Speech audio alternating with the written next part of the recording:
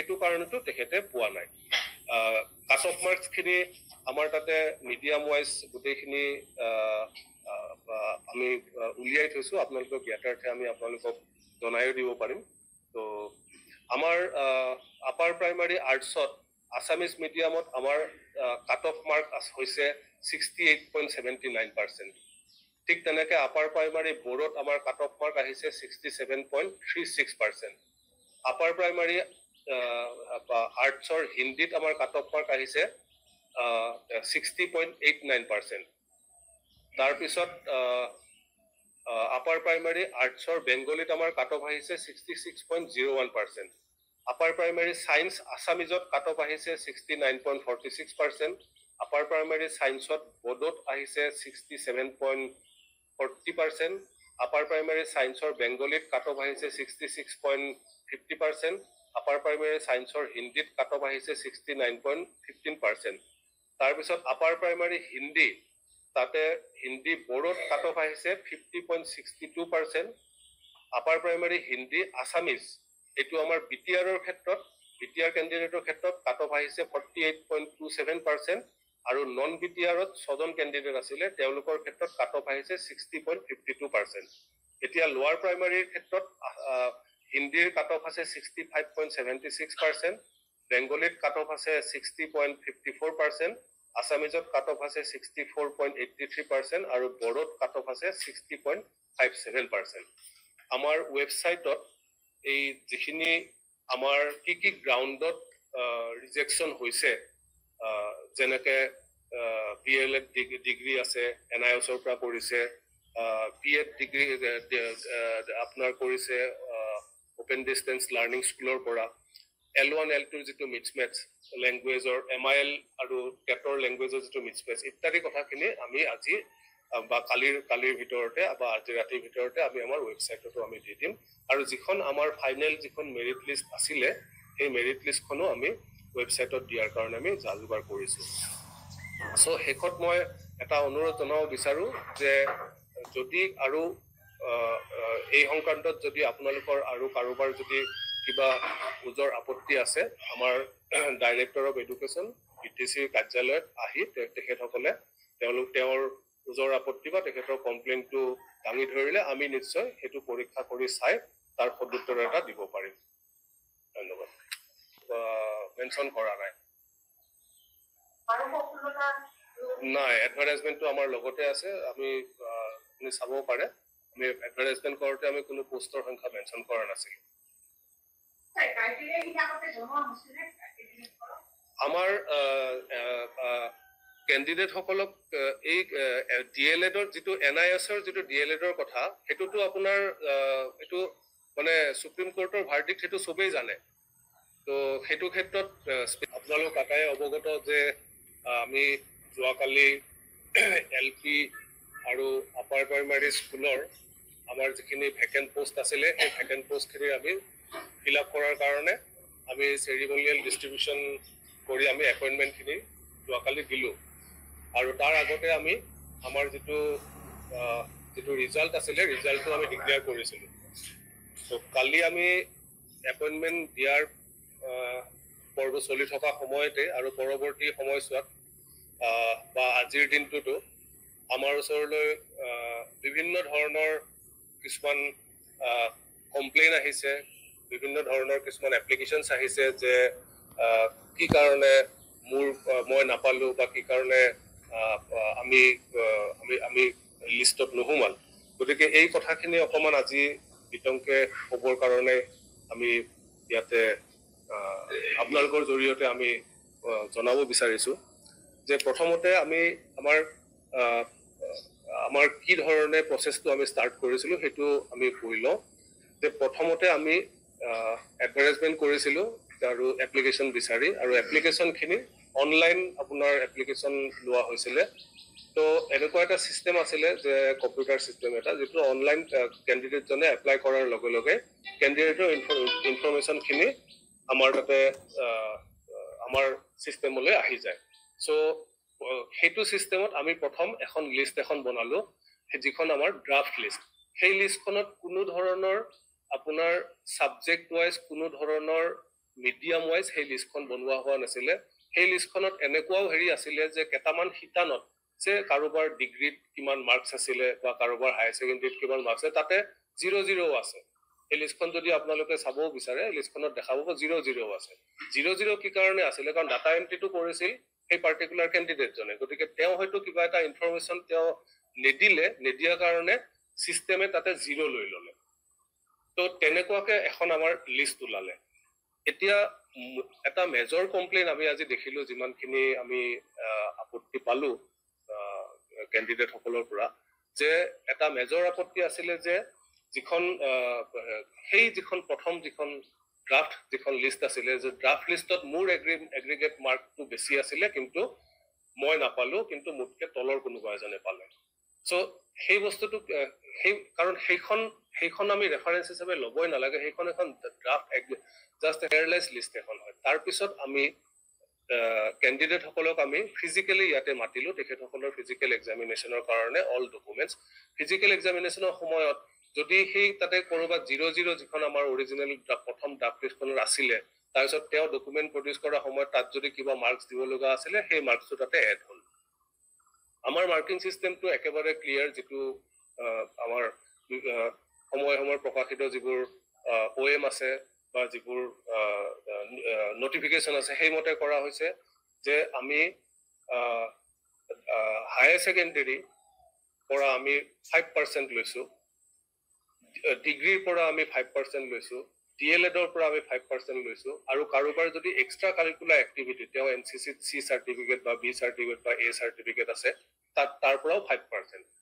তো এফালৰ পৰা আহি গল 20% আৰু টেটৰ পৰা আহিলে 20% এটো 80% সো টোটাল 100 হৈ গল এটো হল আমাৰ আপাৰ প্ৰাইমাৰীৰ ক্ষেত্ৰত ইন কেস অফ লোৱাৰ প্ৰাইমাৰীৰ ক্ষেত্ৰত আমাৰ হায়াৰ সেকেন্ডাৰী বা ডিগ্ৰী যেটোতে তেখেতৰ মাৰ্কছ বেছি আছিলে তাৰ পৰা আমি 5% আনিলো তাৰপিছত BEd ৰ পৰা আমি 5% আনিলো আৰু যদি তেখেতৰ কিবা এক্সট্ৰা কাৰিকুলাৰ এক্টিভিটিজ আছিলে তাৰ পৰা 5% আহিলে তাতে 15% আহিল আৰু 85% আহিলে টেটৰ পৰা গতিকে 100 হৈ গল এতিয়া এইখিনি বস্তু আমি তেখেতসকলৰ মাৰ্কশিট চাই তেওঁলোকৰ যিখিনি ডকুমেন্টছ আমাক দিছিলে সেইখিনি চাই তাৰপিছত আমি subject wise medium wise vacancy wise আমি লিষ্টখন বনালো গতিকে obviously তেতিয়া আপোনাৰ গোটেই যেতিয়া মিডিয়াম ওয়াইজ হেৰি ওয়াইজ কৰা হ'ল তেতিয়া সেইখন এখন বেলেগ লিষ্ট হৈ গল এতিয়া সেই সেকেন্ড যিখন লিষ্ট হ'ল সেইখনহে আপোনাৰ সেকেন্ড মেৰিট লিষ্টখন যিখন ফাইনেল মেৰিট লিষ্ট আৰু ফাইনেল মেৰিট লিষ্টখনৰ পৰা আমি কেণ্ডিডেট সকলক আমি সিলেক্ট লিষ্টখন আমি প্ৰকাশ কৰিলো এতিয়া যেতিয়া আমি মেৰিট লিষ্টখন বনাইছিলো তাতে কেটামান আপোনাৰ পইণ্ট আছিলে যিকেটা পইণ্ট আপোনাৰ গ্ৰাউণ্ড অফ ৰিজেকচন আছিল সো এক নম্বৰ গ্ৰাউণ্ড অফ ৰিজেকচন আছিল যিসকল কেণ্ডিডেটে DLED national institute of open স্কুলৰ পৰা কৰিছে তেওঁলোকৰ DLED টো গ্ৰহণযোগ্য নহয় বুলি সুপ্ৰিম কোৰ্টৰ এটা জাজমেন্ট অৰ্ডাৰ আছিলে আৰু সেই জাজমেন্ট অৰ্ডাৰৰ পৰিপ্ৰেক্ষিতত অসম গৱৰ্ণমেন্টৰ পৰা এখন নটিফিকেশন আছিলে গতিকে আমি সেই নটিফিকেশন মানি পেলাই DLED NIS ৰ পৰা যিসকলক কৰিছিলে তেওঁলোকক আমি ৰিজেক্ট কৰিছো সেকেন্ড আমাৰ ৰিজেকচন আছিলে BEd ডিগ্ৰীটো যদি ওপেন ডিসটেন্স লাৰ্নিং স্কুলৰ পৰা যদি কৰবাৰ পৰা কৰিছিলে তেতিয়াহলে হেতু ৰিজেকচন আছিলে থাৰ্ড পইণ্ট অফ ৰিজেকচন আছিল আমাৰ মেট্ৰিকত সেই কেণ্ডিডেট জনৰ MIL ৰ সাবজেক্টটো আৰু টেট আসাম টেট বা সি টেটত তেখেতৰ ল্যাঙ্গুৱেজৰ সাবজেক্টটো দুইটা সাবজেক্ট একে হ'ব লাগিব দুইটা সাবজেক্ট যদি একে নহয় তেতিয়াহলে তেওঁৰ ক্ষেত্ৰত সাবজেক্ট মিসম্যাচ এটা ক্যাটাগৰী আছে সাবজেক্ট মিসম্যাচ ক্যাটাগৰীত তেখেত বাহিৰ হৈ গল গতিকে মেইন এইকেটাই আছিলে মানে এপ্লিকেশন ৰিজেক্ট কৰাৰ গ্ৰাউণ্ড আৰু যিমানখিনি আমি কমপ্লেইনো আমি কালিৰ পৰা পাইছো এই গোটেইখিনিতে আমি দেখিছো যে আইডাৰ কোনোবা কেণ্ডিডেটৰ তেখেতৰ HSLC ৰ ল্যাঙ্গুৱেজ MIL আৰু টেটৰ তেখেতৰ ল্যাঙ্গুৱেজ পেপাৰৰ মাজত ডিফাৰেন্স আছে ল্যাঙ্গুৱেজ দুটা মিল নাই আৰু পাইছো আমাৰ NIS DLED ৰ ক্ষেত্ৰতো আমি পাইছো যে তেওঁলোকৰ NIS আছিলে হেৰিৰ পৰা কিন্তু তাৰ পিছত এই কমপ্লেইনখিনি অহাৰ পিছত আমি চালিজাৰি যেতিয়া চাওতে আমি দেখিলো যে আমাৰ টেকনিক্যাল বা ক্লাৰিক্যাল মিস্টেক বুলি আমি মানি লৈছো যে আমাৰ দুজন NIS ৰ দুজন কেণ্ডিডেট আমাৰ লিষ্টত সোমাইছিলে আমি লগে লগে এটো ৰেক্টিফাই কৰিছো আৰু দুটা আমাৰ দুজন ক্যান্ডিডেটৰ নাম ডাবল এন্ট্ৰি হৈছিলে সেই দুটাও আমি ৰেক্টিফাই কৰিছো গতিকে এই ৰেক্টিফিকেশনৰ পিছত আমাৰ যেটো এভেইলেবল ভ্যাকেন্সি এতিয়া ওলাইছে এই ভ্যাকেন্সিটো আমি কিছুদিনৰ পিছতে আমাৰ যিখন কমিটি বা গঠন কৰি দিয়া আছে কমিটিখনত আমি প্লেস কৰি তেখেতসকলৰ অনুমোদন লৈ আমি বিটিসি চৰকাৰলৈ এখিনি পঠিয়াই দিম তাৰ পৰা এপ্ৰুভেল পালে আমিও এই বাকি যিকেটা হেৰি আছে এটা ফিল আপ কৰিব পাৰিম তাৰ পিছত আমাৰ আৰু এটা কোৱেৰি আমাৰ আহিছিলে WhatsAppত যে যিবোৰ ক্যান্ডিডেটৰ হাই সেকেন্ডাৰী বা ডিগ্ৰী যিবোৰ ৰেগুলাৰ মোডত তেওঁলোকে কৰিছে তেওঁলোকে তেনেকুৱা ধৰণৰ ক্যান্ডিডেটেও ইয়াতে সিট নাই পোৱা বুলি এটা কমপ্লেইন আহিছিলে এই পৰিপ্ৰেক্ষিতত আমি এইটোৱে ক'ব বিচাৰো যে হাই সেকেন্ডাৰী বা আপোনাৰ ডিগ্ৰী বা বিএড বা ডিএলএড যদি ৰেগুলাৰ মোডত যদি তেওঁলোকে কৰিছে তেতিয়া হলে সেইখিনি আমি সিলেক্ট কৰা হৈছে বিএড ডিগ্ৰীও ৰেগুলাৰ মোডত সিলেক্ট কৰা হৈছে বিএড কিন্তু ওডিএল ওপেন ডিসটেন্স লাৰ্নিংৰ পৰা কিন্তু সিলেক্ট কৰা হোৱা নাই আৰু ঠিক তেনেকে ডিএলএড এনআইএছৰ পৰা যদি কৰিছে তেতিয়া হলে হেতু আমি ৰিজেক্ট কৰিছো সেকেন্ড আহিছিলে এটা লেস এগ্ৰিগেট মাৰ্কৰ ক্যান্ডিডেটে সিলেকশন পাইছে এগেইন এইটো ক্ষেত্ৰত মই এইটোৱে ক'ব বিচাৰিছো যে এই যেটো লেস এগ্ৰিগেটৰ মাৰ্কৰ কথাটো আছিলে হেতু তেখেতসকলৰ তেওঁলোকে ৰেফাৰ কৰিছে সেই পাৰ্টিকুলাৰ প্ৰথম যিখন আমি লিষ্ট ড্ৰাফট যিখন লিষ্ট বনাইছিলো যিখনত কোনো সাবজেক্ট ওয়াইজ বা কোনো মিডিয়াম ওয়াইজ কৰা হোৱা নাছিলে গতিকে সেইখনৰ বেসিছতে এই কমপ্লেইনটো আহিছিলে যে কম এগ্ৰিগেটৰ হেৰিও কোনোবাই পাইছে হেতুৰ ক্ষেত্ৰতো এইটোৱে ক'ব বিচাৰিছো আমি যেতিয়া সাবজেক্ট ওয়াইজ আমি ফিজিক্যাল আমি ভ্যাকেন্সি ওয়াইজ আমি মিডিয়াম ওয়াইজ যেতিয়া আমি সেগ্ৰিগেট কৰি পেলালো তেতিয়া আমি তাৰ পিছত যেটো মেৰিট লিষ্ট বনোৱা হল সেই মেৰিট লিষ্টৰ ভিতৰৰ যিখিনি সিলেক্টেড ক্যান্ডিডেট হল তেতিয়া হয়তো তাৰে কোনোবা এজনৰ মাৰ্ক হয়তো তাতে এগ্ৰিগেটত কম থাকিবও পাৰে কাৰণ কিয় এগ্ৰিগেট সেইখিনি সময় এগ্ৰিগেটৰ ভিতৰত আপোনাৰ এনেকুৱা ধৰণৰ থাকিব পাৰে যে কাৰোবাৰ স্পেশাল এক্সট্ৰা কাৰিকুলাৰ এক্টিভিটিজ আছিল কিন্তু হেতু হয়তো সেইখিনি মত শো হোৱা নাছিলে গতিকে সেইখিনিৰ ক্ষেত্ৰত আমি কমপ্লিট মেৰিট লিষ্টখন বনাইছো ফিজিক্যাল ডকুমেন্ট ভেৰিফিকেশন কৰাৰ পিছতহে তাৰ পিছত আৰু দুটা হেৰি আছিলে যে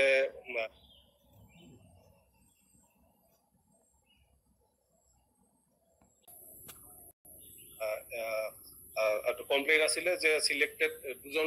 দুটা বা তিনিটাকে ৰিপিট হৈছে ক্যান্ডিডেটৰ আমি এটো মানি লৈছো এটো ৰেক্টিফাই কৰিলো ঠিক তেনেকে এনআইএছৰো ক্যান্ডিডেট হুমুৱা বুলি কৈছিলে হেতু আমি মানি লৈছো হেতু আমি লগে লগে ৰেক্টিফাই কৰিছো তাৰ পিছত আমাৰ যিখিনি কাট অফ মাৰ্ক আছিলে মিডিয়াম